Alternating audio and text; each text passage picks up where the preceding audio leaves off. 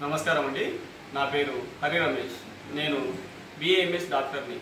ప్రస్తుతం మద్యపానం వల్ల మన సమాజంలో అంటే ముఖ్యంగా పేద మధ్యతరగతి కుటుంబాలు ఎంతో ఆర్థికపరమైన, మానసికపరమైన, ఆరోగ్యపరమైన సమస్యలను ఎదుర్కొంటున్నారు.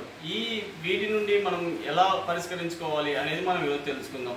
ఏం లేదండి, సీతాఫలాది ఆకులు అంటే మరీ లేతవి కాకుండా మరీ ముదురువి కాకుండా మధ్య రకమైనటువంటి సీతాఫలాది ఆకుల్ని సేకరించి వాటిని నీడలో ఆరబెట్టేసి వాటిని పౌడర్ చేసి పెట్టుకోవాలి. తర్వాత పాలతుత్తం, ఈ పాలతుత్తంని డోలయంత్రం కట్టి మేఘమూత్రంలో శుద్ధి చేసుకోవాలి.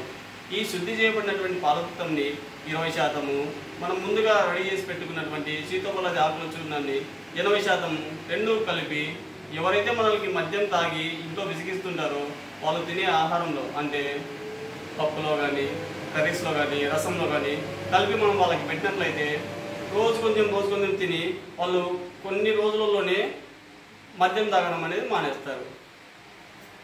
సలహాలు సూచనలు కావాలంటే ఈ క్రింది నంబర్కి కాల్ చేసి మీరు మాట్లాడండి.